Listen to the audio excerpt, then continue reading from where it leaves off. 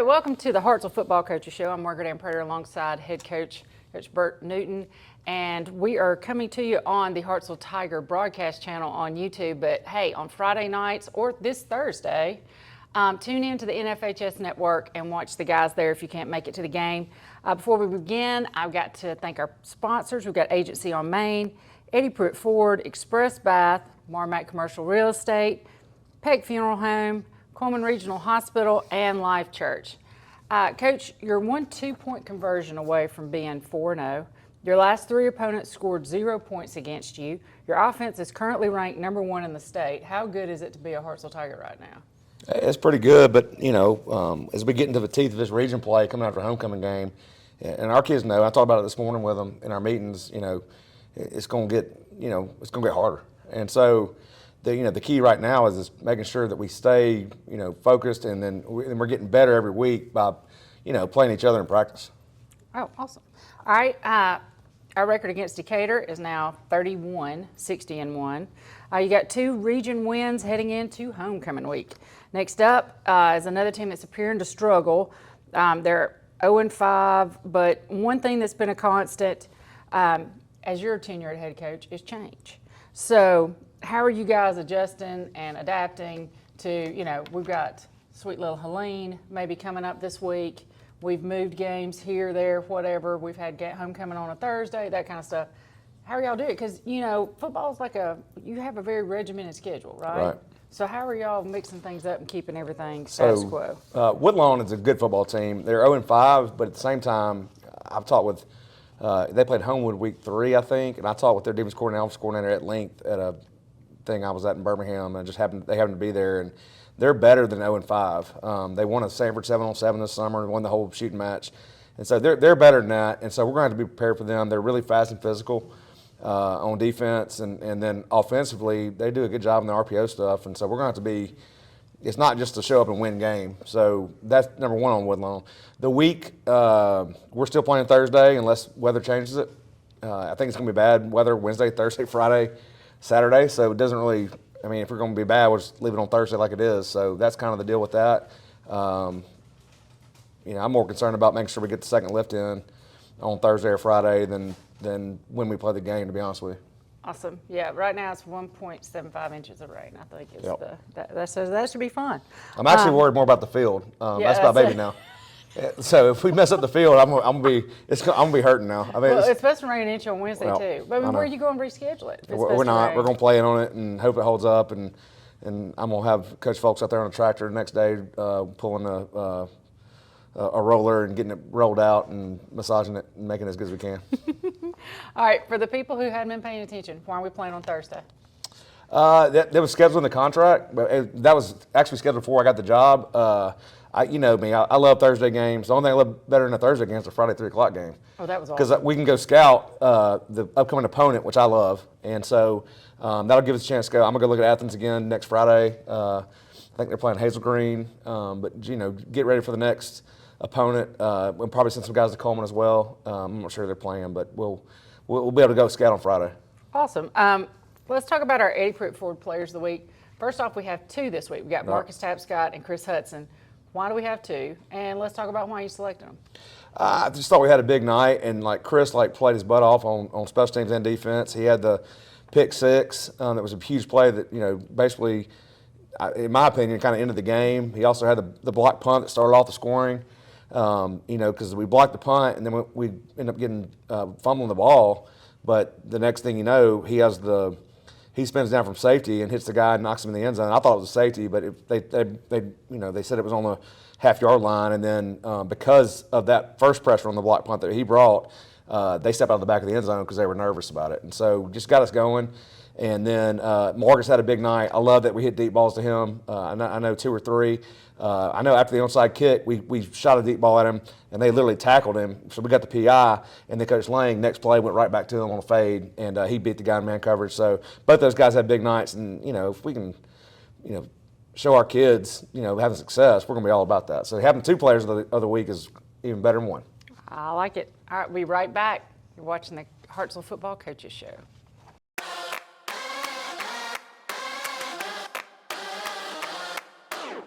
Come see us at Eddie Pruitt Ford. We're a proud supporter of Hartselle Athletics.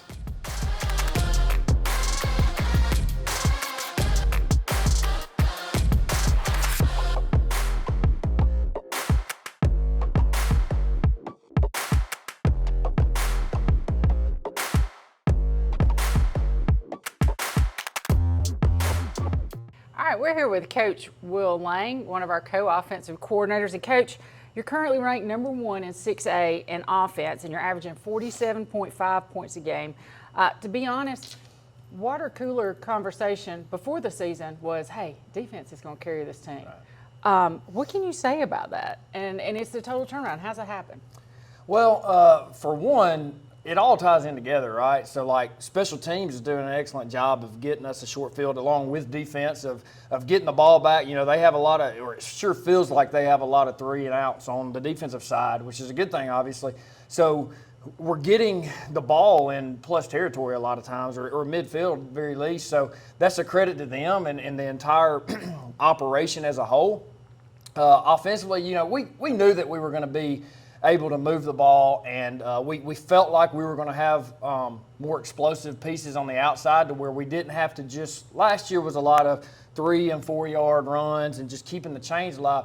We knew that this year we would be a little more explosive. I don't know if everybody else knew that, and Kane Falciani coming back out has helped. We knew what Marcus was going to be, and everybody else around them has stepped up, and our backs have done an excellent job. So I think – to ourselves, we knew we had the chance to be good. It's just, you know, we got to continue to grow, but I think it's just now people are just now starting to catch their eye on that. Gotcha, they were doubting. Okay, I see. I may not have been paying attention. That's totally possible. But I've noticed during the Decatur game that you would change the play at the line of scrimmage. Is that something new we've incorporated, or have you been doing it? And why are we doing it? No, we practice that all the time. We change our tempo as far as if we want to snap it quick or hold it at the line. A lot of times it's holding it to see what the defense is doing alignment-wise. Especially if it's a formation where there's multiple ways they align or blitz into it or whatever. And so there was a couple down on the goal line where we were trying to get exactly the right call in and trying to get the best look. And sometimes that's me, hey, Coach Prater, what run do you like? We'll hold call it and say, hey, what run do you like? And he chimes in on what run he likes best. So it's just a team effort there. So it really depends on the team you're playing a lot of times. And sometimes you just want to make sure you got the exact right call. Oh, awesome. All right, you already talked about him earlier. Let's talk about Kane Falciani. It seemed like this was his coming out party. What can you say about his level of play and what he adds to your offense? He's explosive, that's for sure. He's got a little gear that we haven't had. And so, you know, again, at practice, he's shown those things, and we have seen it.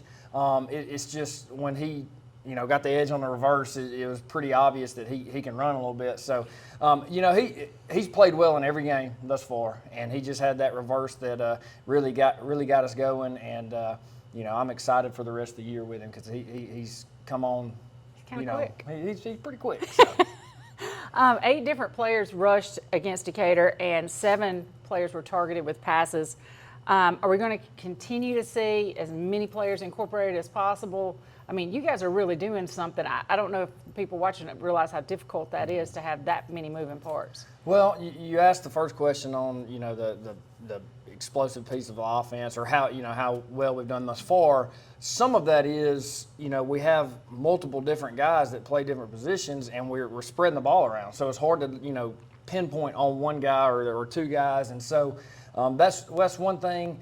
You know, yes, we're going to continue to try to throw it around to people or hand it to people if we have depth for the first time at skill guys. So that's a good thing. We're trying to get, you know, AP some more touches. We're trying to get the 10th graders that haven't played a lot as far as during the varsity time. We're trying to get them out there because they are athletically ready to play varsity football.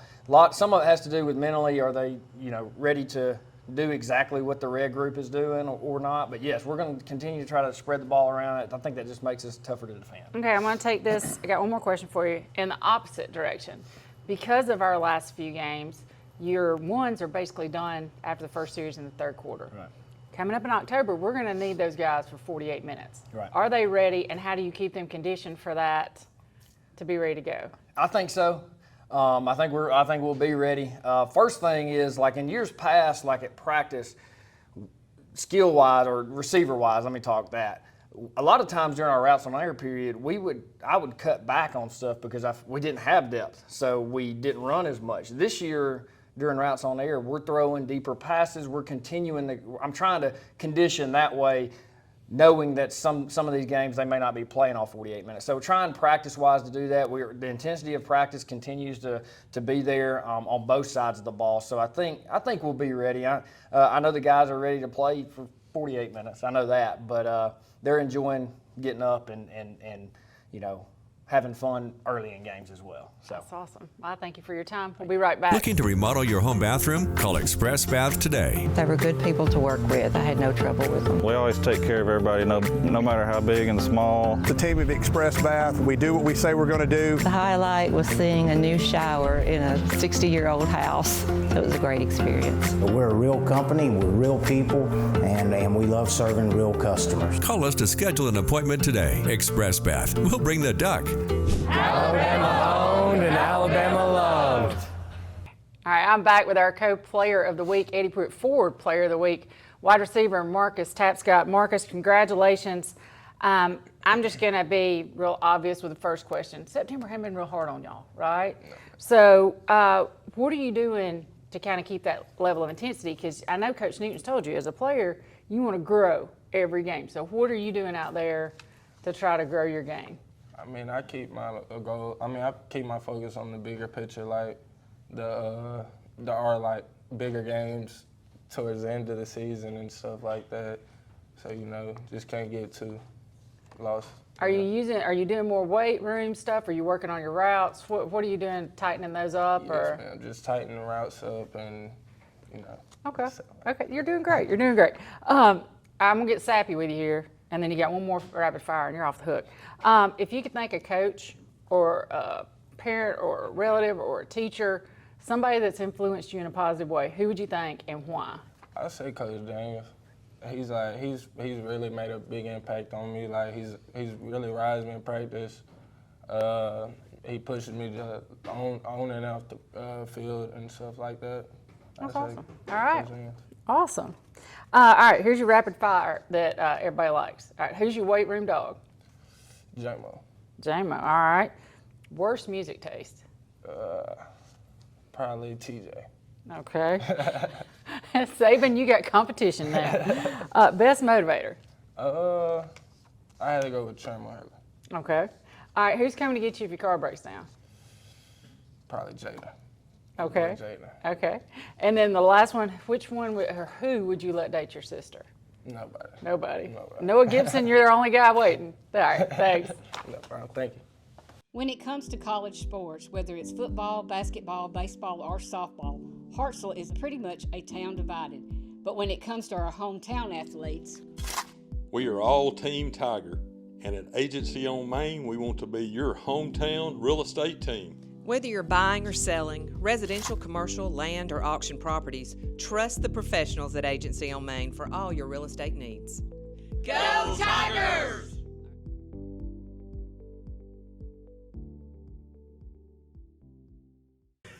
All right, we're back with our 80 Pruitt Ford co-player of the week. We got Chris Hudson. He's a junior linebacker. And Chris, I'm just going to be obvious with you. I asked these questions to Marcus. I'm going to repeat them with you. But September hadn't been hard on y'all, okay? How are you getting better every week? We want to get better every week. What are you doing to improve your play and to hone your craft, as they say? Obviously working in the weight room every day, work as hard as I can in there. And these teams we play, they play teams that we play further down the road. And so when we're watching film on these teams, I'm also looking at what the other team that they're playing and what they do with their craft and what I can do to see what they're doing. So I can look at that and further know more about who we're playing. Okay, I'm on audible here. We got a lot of young guys playing. What are you doing to help them out? Showing them what I learned as a freshman, what Coach Cole will tell them, obviously, what he says as a coach, but then when it's just me and them one-on-one, I'll say that but elaborate more to where it's more of like a player's perspective and not a coach's perspective. That's really good. That's pretty good. That's those interpretation skills. All right, let's get sappy. Who are you going to thank for helping you out? Who's been the person who's helped you out along the way? Helped me out? Made you into the football player you are today. My sister, Sophia. She used to be a student here, and she's really taught me a lot my whole life about everything, what to do, how to do things. She's just really perfected me through my journey. That's awesome. That's the first female that's been mentioned. Really? I appreciate that. I appreciate that. All right, rapid fire. This is the one y'all all wait for. Oh, I can't wait for this one. Okay, weight room dog. Weight room dog, Jay Lee. Okay. Justin Metz, obviously. All right. Worst music taste. Worst music taste. I gotta say Cole Miles. Cole Miles' worst music taste. Okay. He'll say it's not, but it's pretty bad. Best motivator. Best motivator? Tyler May. Okay. My big boy. He's always before the games just come up to me, pat me on the back. He's like, you got this, girl out there. So you can do your best. He's just like, and he's always right there, pat me on the back, tell me I did good, either bad or good situation. He's always right there motivating me. Awesome. Who's coming to get you if your car breaks down? That's Cole too. Cole will be like, Well, not anymore, he's not. Maybe not anymore, but he would be the one if I called it. At first he'd be like, you dummy. And then we'd be like, I'm on my way. And then be right there. Awesome. All right, who are you going to let date your sister? Date my sister. I don't know. I'm trying to think. Let me think. Who would date my sister? Not who would. Who would we're I assuming, yeah, who would you trust? To date my sister? Mm-hmm. I don't know. Marcus walked out here and I was like joking with him about it, but nah, I'd probably say TJ Sanders. All right, TJ, just don't let him drive. He can explain that to you later. All right, we'll be right back. Thanks. Thank you.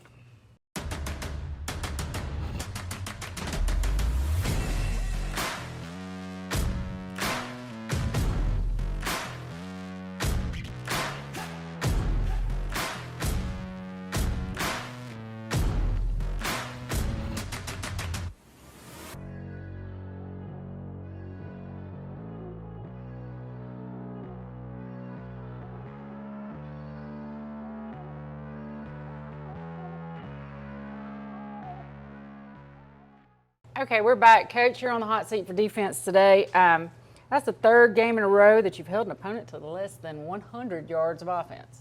Did you know that? I did not know that. I do know that we've had 3 shutouts in a row, and I don't care who you're playing. That's very difficult to do. Great minds, Coach Cole's doing a great job of calling it, and our assistants are doing a great job.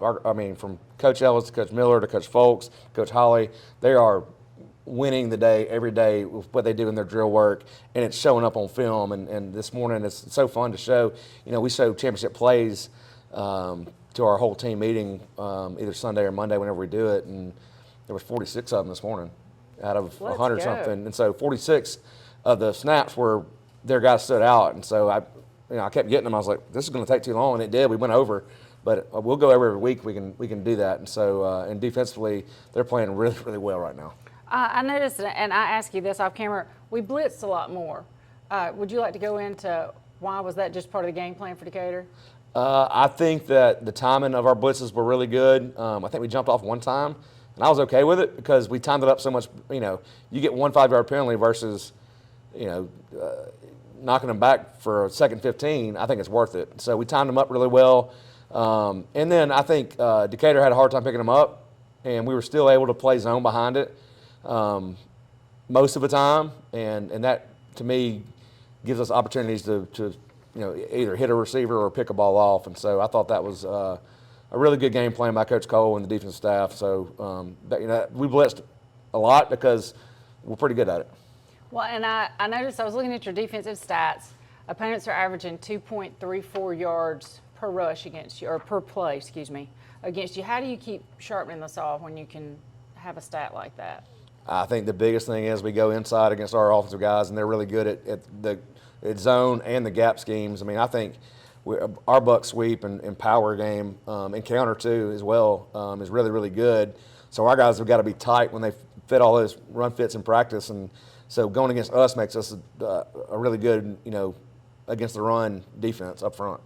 Awesome. Okay, and I'm going to ask you a question similar to I asked Coach Lang. I was asking him about our ones playing 48 minutes later on down the season, and I think the same is going to be required of defense. But you've got so many personnel. When I look at your stat sheet, you have so many guys that have had tackles in games and things like that. I know they're a highly competitive group. So how do you spread the love? You know, if they're wanting to stay in that whole game, how do you say, wait, we got to get more time for everybody else? Is it part of buying into the team? I mean, we're going to do what's best for the team no matter what, and our kids know that. And so, you know, if once we get a game I think is out of hand, and we say, hey, you know, for example, at halftime last week, hey, make sure that Carter Lee gets. I want the good offensive line. I want our starting offensive line out there for one, and then after that, it's hey, Whit needs to have a good offensive line as well for at least one drive, right. And so they get to have success, and so. And then on the defensive side, we're rolling in and out so much anyway. So right. You know, they got to get used to it, and you know, it's just managing it and being smart about reps, and then knowing that, you know, in practice we have to simulate those 48 minutes because we're not getting them right now. Right. Okay. Well, I thank you for your time. We'll be right back.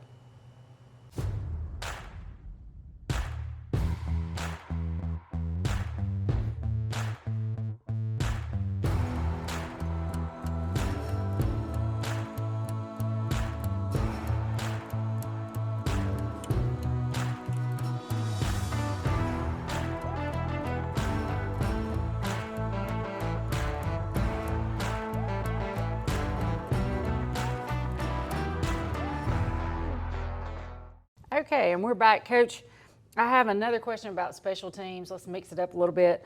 Coach Ellis went to the Lunch and Learn, and he talked about how at that point in time we had 16 punt returns, and only 8 of those punts have been traditional punts. Is that unusual, and if so, why? It is very unusual. Now, that being said, 2 of them, Jackson Owen figured out if they'll just throw it up to us, my man Chris Hudson will go catch it, and so it's like a punt. So, you know, it was an interception, but it was 30-yard gain for them as far as, you know, net yards. And then I think the kid from Columbia just said, you know what, I'm not kicking into this. I'm just going to pull in that run. I don't think they were called fakes. I think only probably 2 of the 8 have been called fakes, and the rest have been just guys ad-libbing. Gotcha. We saw a change in personnel against Decatur in the form of a punter. Why are we mixing that up? Are we trying to get Noah some time to rest? Or? Noah's good at punting. He's still going to punt some. He's in our when we punt on from our offensive formations. We still got that in. If it's backed up and we have our heels on the goal line like the kid from Decatur, probably going to go with Noah Lee. But Whit's been really good at punting the ball.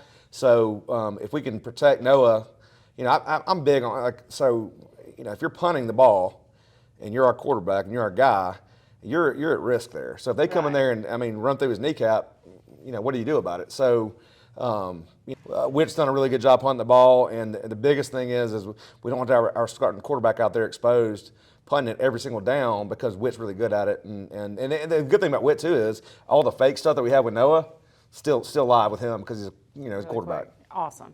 Let's take a look at the upcoming week. We talked a little bit about Woodlawn. What's their skill set that we're looking at? I'm not going to ask you for players, but who are we looking for? The quarterback's a good scrambler. He can run. He can throw it pretty good. They do a pretty good job of RPOs. I think the run game stuff they have, our box is going to handle that. But they do have some receivers that can go, and so they got some skill guys. And then defensively, they're not afraid to go zero coverage and blitz the house a bunch, which concerns our offensive line coach.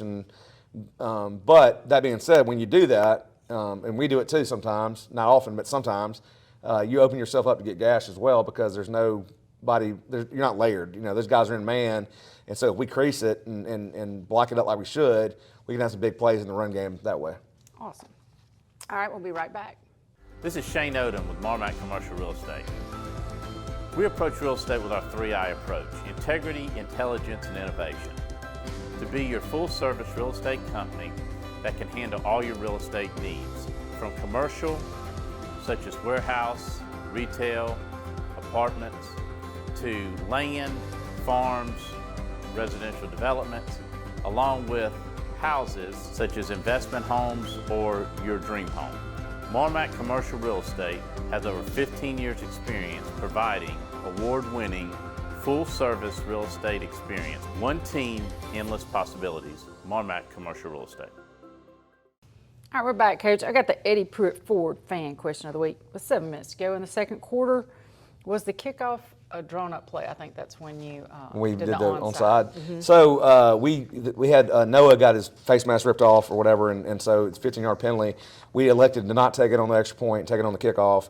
And whenever we do that, we're probably going to either kick it on sides or kick it deep and kick in the end zone. So I thought it was a good momentum change there. Coach Ellis had said during the week, we can do the middle kickoff, the middle onside kick, and we got it. And it was a big play. And then immediately, I thought Coach Lane did a great job, and Coach Prater on offense, they knew if we got that kick, we're going up top right now, and they did. So, and we scored. So big time play there. Awesome. All right, we'll be right back. All right, this week in Hartselle High Athletics on Wednesday, September 25th, we have Battle of the Classes. We don't have any athletic events, but that'll be going on at the high school if you'd like to come by and watch. On Thursday, we have Homecoming versus Woodlawn. Bring an umbrella. Friday, September 27th, we don't have any events because of Homecoming. On Saturday, September 28th, JV Volleyball is going to James Clemens. Varsity Volleyball has a quad match at Mountain Brook, and cross country is going to Cold Springs. On Monday, September the 30th, we don't have any events. And on Tuesday, October the 1st, volleyball is going to travel to Athens. That's this week in Hartselle High Athletics.